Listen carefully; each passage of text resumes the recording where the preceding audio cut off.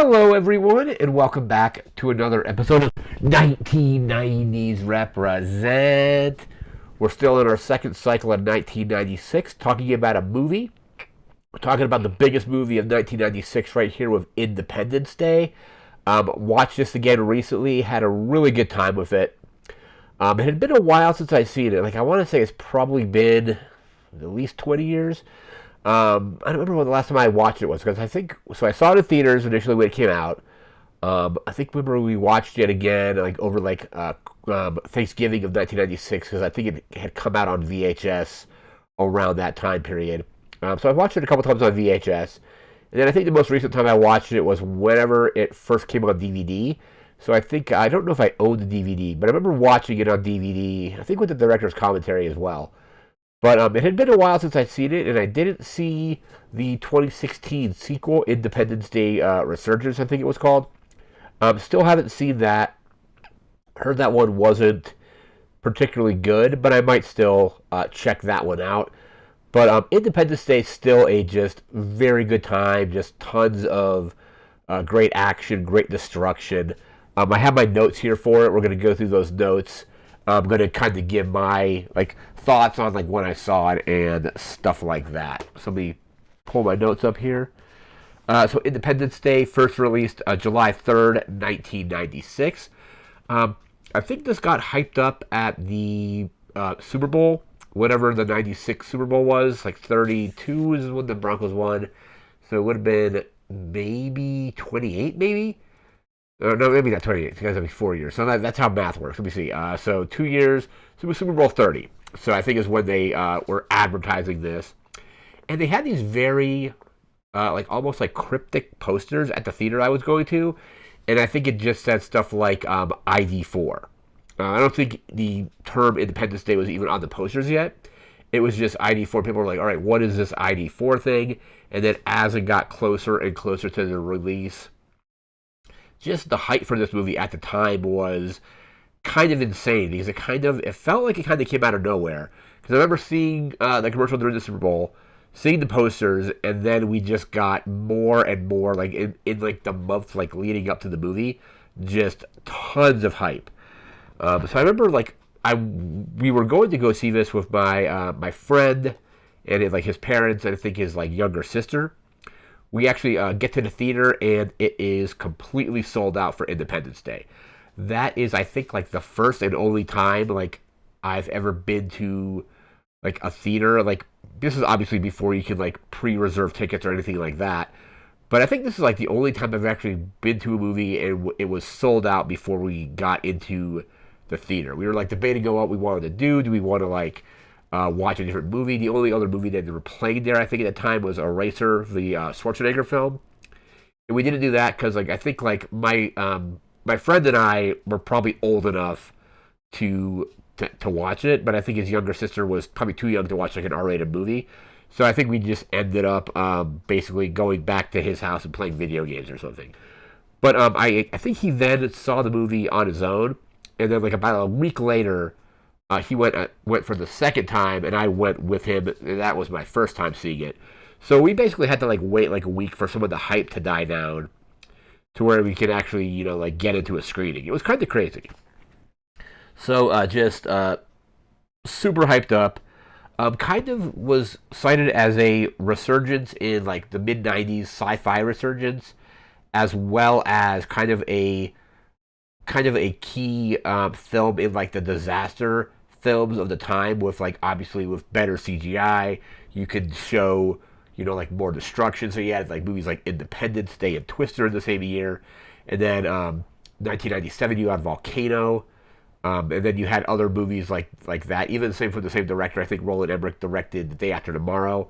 So kind of a front runner in that kind of category where basically just big budget kind of disaster films. Some of them sci-fi, some of them not. Twister's not a sci-fi film, but this is sci-fi. Armageddon a couple years later, basically kind of science maybe. Wouldn't really call it sci-fi necessarily, but science action, I guess you want to call it. Stuff like that. So basically, just really good visual effects at the time. My most recent rewatch, some of the compositing is a bit like you can definitely tell. It doesn't look, it hasn't aged like amazingly, but it still looks fine. But in 1996, this just looked amazing. This was the highest grossing, I think I already mentioned this, the highest grossing movie of 1996 at 817.4 million. Um, Basically, I got to bring the cast up here. You have a great just ensemble cast with this movie.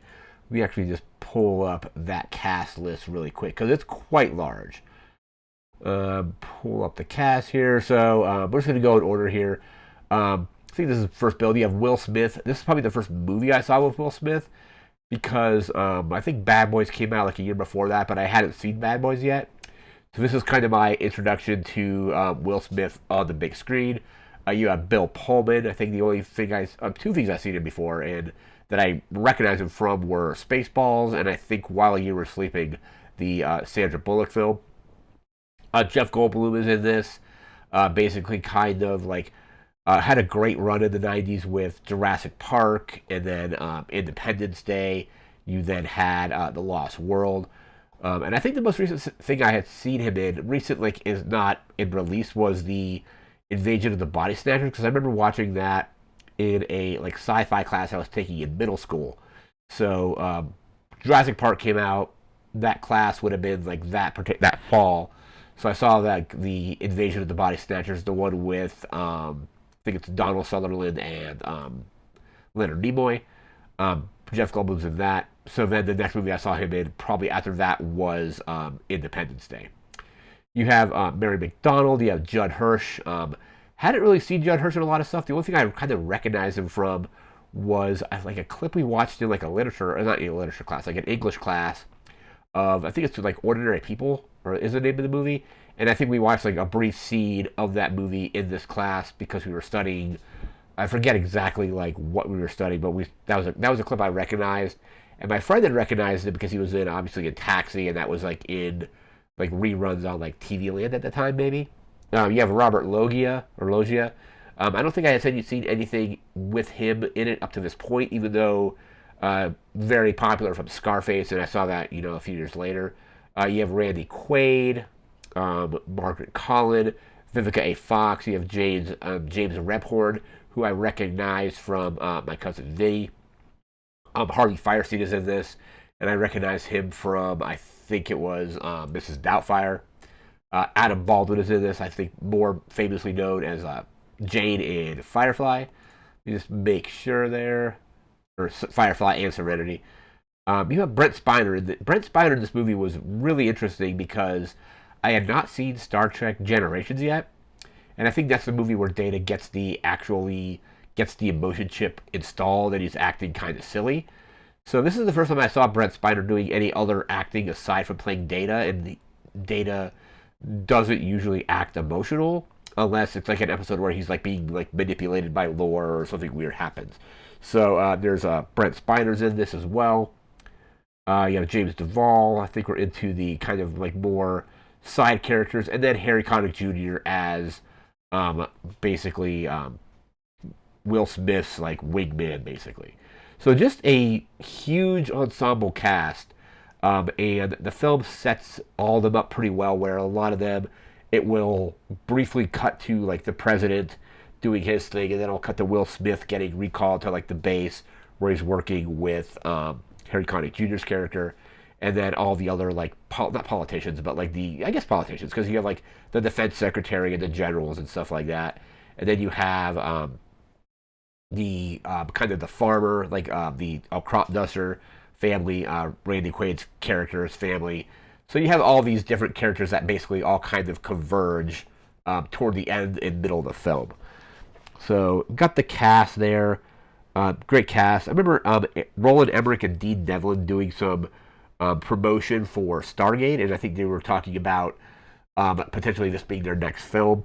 There was these action figures. I never had any of these, but it was just kind of funny because these action figures you would get of characters from the movie came with like a 3.5-inch floppy disk that had like a computer game on it, like an Independence Day computer game.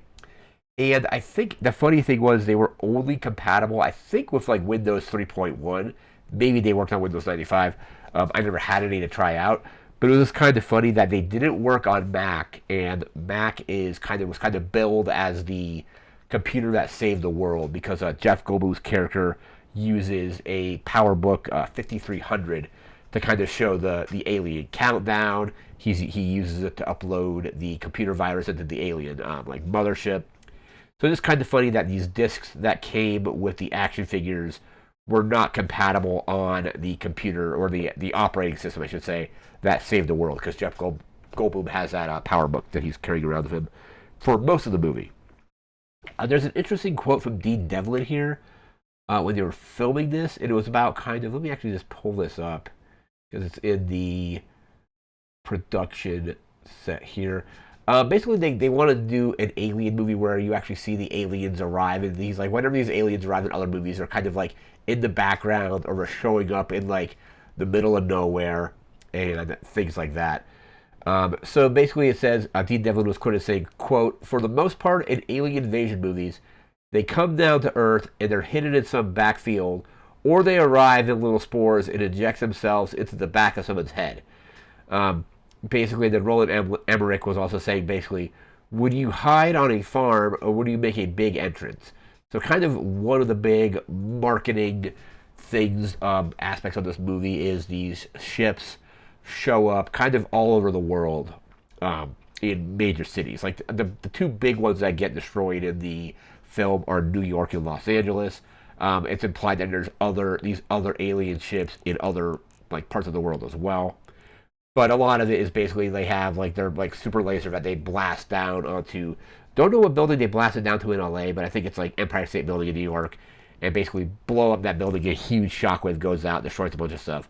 So part of the spectacle of the films is these ships attacking these cities, and that was used a lot in the kind of marketing of the film. Another one, obviously, over Washington D.C., and it like blows up like the White House. I think at one point. Like our heroes like narrowly escape. But that was just a cool, interesting quote from Dean Devlin. There's some really good cinematography in the film. Like I kind of forgot how good the cinematography is. Like there's one really great scene where it's Will Smith and he's got like the parachute tied to him. And it's dragging the alien through the desert, and all the RVs from the kind of smaller towns are driving kind of towards him. And it's basically the camera is behind Will Smith, and you just see this huge, vast landscape of desert, and then you see Will Smith kind of there with his back turned to the camera and these RVs coming at it. So obviously, when the aliens are like arriving at the various cities, like pretty good cinematography there as well. And the final thing we're going to get to before we get to the plot wrap up is Bill Pullman's speech. It's like kind of iconic now. It's a really like it's actually kind of like solidified itself in pop culture and maybe even just like culture in general about kind of the holiday and stuff like that. I'm going to pull that speech up.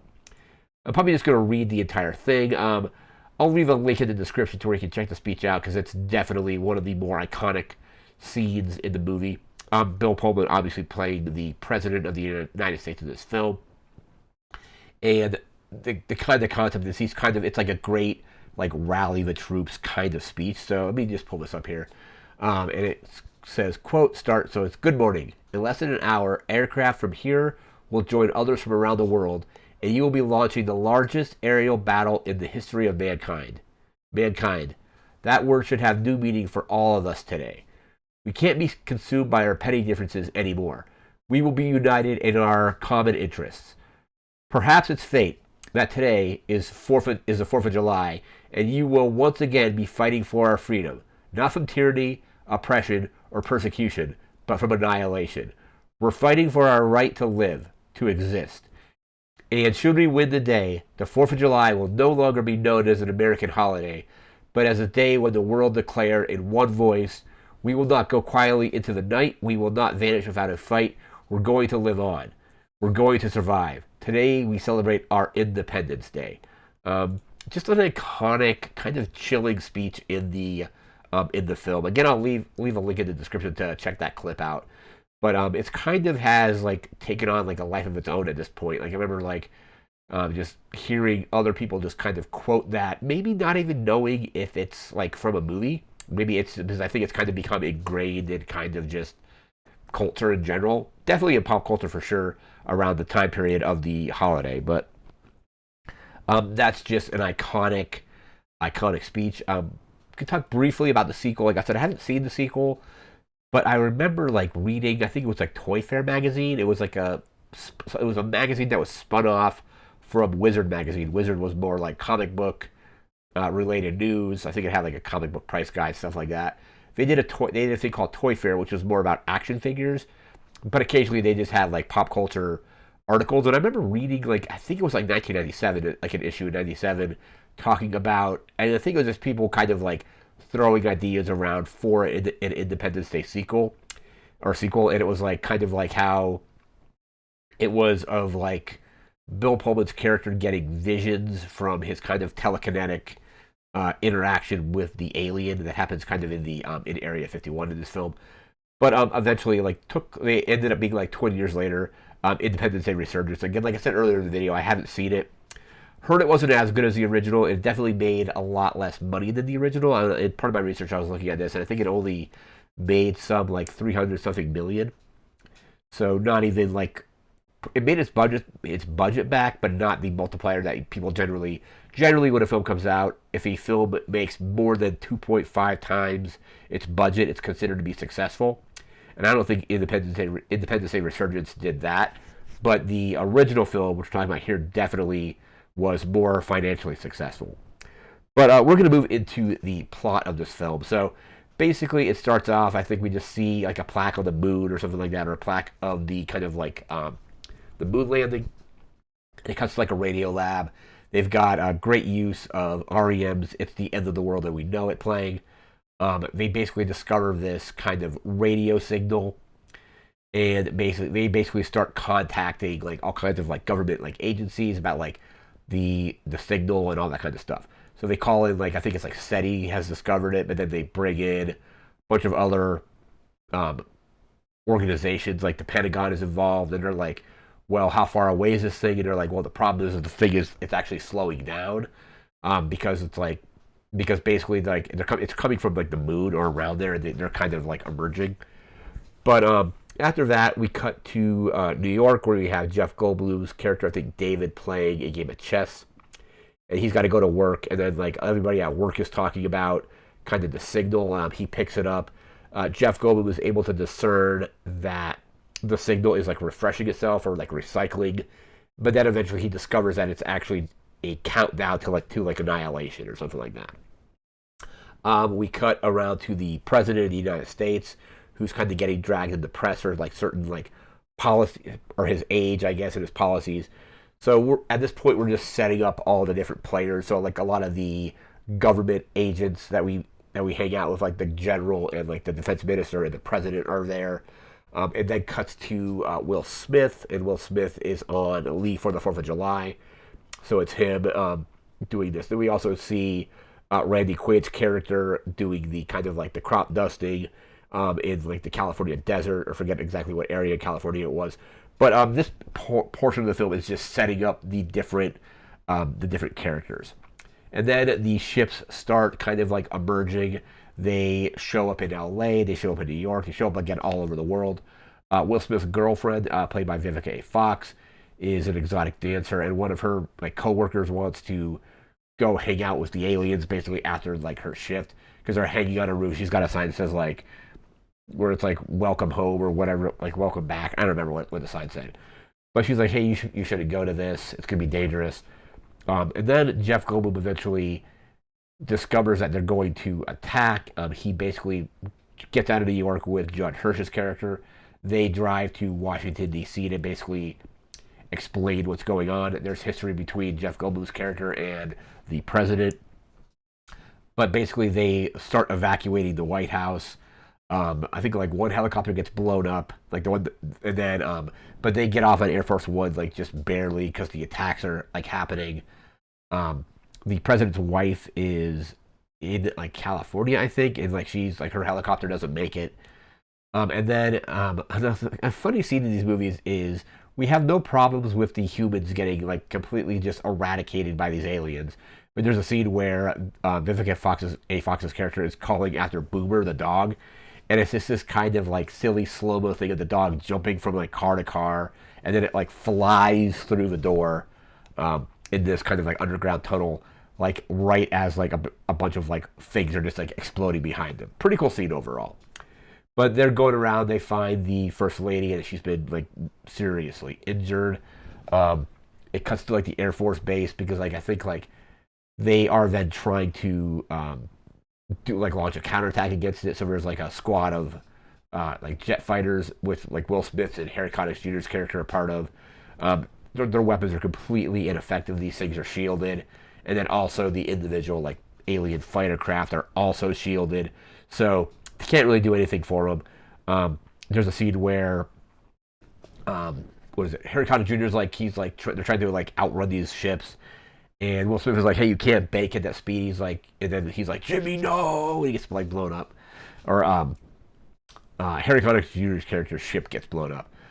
Will Smith eventually like outruns it and like gets away, takes up in a parachute, and then basically he goes up to the ship, like opens the hatch, the alien pops up, he punches it. Is like, "Welcome to Earth," like one of the more iconic lines of the movie. And then he says, like, "Now that's what I call a close encounter," another iconic line from the film. But at this point, he's dragging this alien through the desert, and they are like some of this stuff is happening concurrently. So like, they decide to go to Area 51. The president doesn't know that it's actually real, and the defense secretary is like, "Plausible deniability. Like we knew about this, but we couldn't really tell you." They have an alien ship there that they've been like trying to reverse engineer and study. This is also when like all the RVs kind of just get Will Smith and they bring him to Area 51. They're like, "Hey, you need clearance to come in here." He opens a parachute and the alien is inside there, and they let him in. This is when we meet Brent Spiner's character, who is like the head scientist at Area 51. They're kind of showing the ship off and things like that. The alien, they try to do like an autopsy, and the alien basically like wakes up and it's controlling Brent Spiner's character like telekinetically. It's got like its like tendrils are like wrapped around his neck, and it's like he's speaking for the alien. The alien also telepathically communicates with the president, and I think like at that point they decide to try to like launch a nuclear strike against them. That also fails. Like they're all celebrating very prematurely. They're like, "We need visual confirmation that the ship's been destroyed." They're like, "Oh, it hasn't been destroyed." And then they're like, "Oh, great, we're just all kind of screwed now." So now kind of all the characters are somewhat together. I think like Jeff Goldblum's character is like kind of like doing some heavy drinking, and he's sitting on this the cold floor of this like hangar bay, and Judge Hirsch is like, "Oh, don't sit down, you'll get a cold." And that gives Jeff Goldblum the idea to create a computer virus to disrupt the alien's shield. So then the plan is now to take the alien craft that they have access to, fly it up to the mothership, install the virus in the mothership, have it filtered down into all of the other smaller ships. I'm using that in quotes because these ships are like, the smaller ones are still like, what, like 15 miles wide or something? But to filter it down and then basically disrupt their shield so they can attack. They basically don't have enough pilots, so they are like taking any kind of volunteers. This is where Randy Quaid's character, almost said Dennis Quaid, but like Randy Quaid's character is like, "Hey, I'm a pilot." Obviously, he's like a Vietnam fighter pilot, so he probably doesn't have experience with like the most recent like ships. I forget like exactly what kind of like jets they're using, but he's probably flown something similar, maybe like F-16s, maybe or something. I don't really know, but F-16s are, I don't exactly know what ships were used or jets were being used in Vietnam. But he volunteers. He gets on the kind of the flight squad. The president volunteers to lead the squad, even though the general is like against it. He's like, because he is a former fighter pilot himself, so he goes up in the air with them. Will Smith and Jeff Goldblum fly up. There's a great scene of where like Will Smith is like controls are reversed. He's like, "Whoops." He's like, "Oops," and Jeff Goldblum's like, "All right, let's try that again without the oops."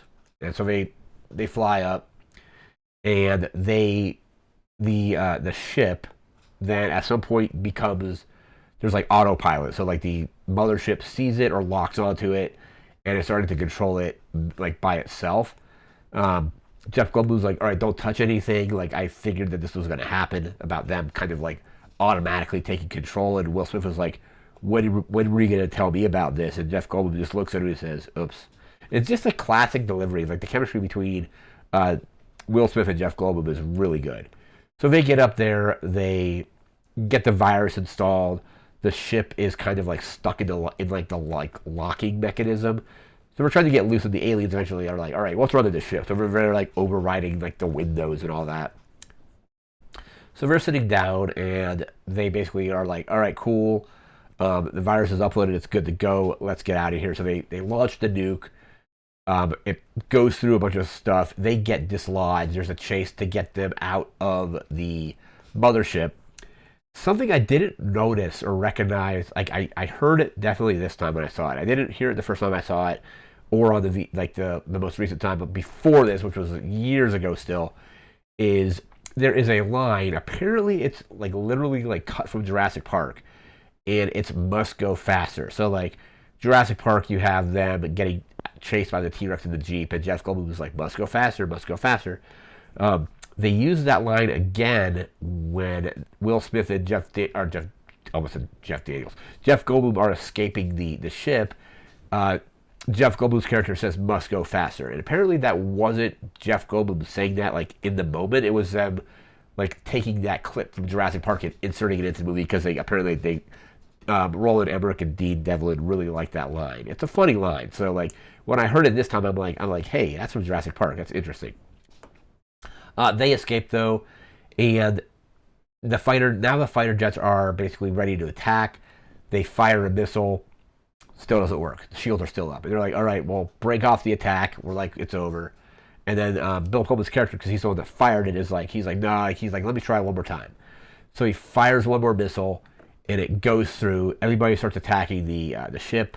Other ships start flying out, and they're damaging it, but they're not doing nearly enough damage to actually like make a dent in this thing. Really, everybody's out of missiles. The only person with a missile left is Randy Quaid, and he's like, "Cool, I got a missile left." He's like, "Just like keep it clear for me, so I can like fly up."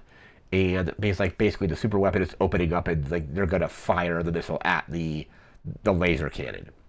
Of course, his firing mechanism doesn't work. It's stuck. He tries firing it a couple times, and that's basically like when he's just like, "All right, I gotta like sacrifice myself to destroy this thing." So he flies up to it, up at it when it's getting ready to fire. I think it like fires into his ship. It detonates the missile that's on his. I don't know if it's a nuclear missile, but it detonates the missile that's still on his ship or his jet, and then it blows up the entire thing. They then start getting on the radio to like all the other countries and be like, okay, like cool, like here's how you take these aliens down.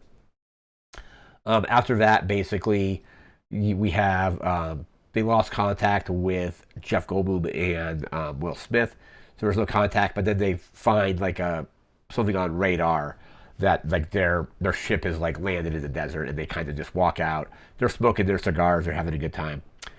As a cigar smoker, occasionally, one thing that was really funny about this movie is they're smoking cigars like a couple scenes because like you get them, they're like, this is, I'm gonna pretend this is a cigar. They're like, this is our victory dance. We don't light this up until the fat lady sings. A cigar normally you have to, and again, I'm a cigar novice, so maybe not all cigars are like this.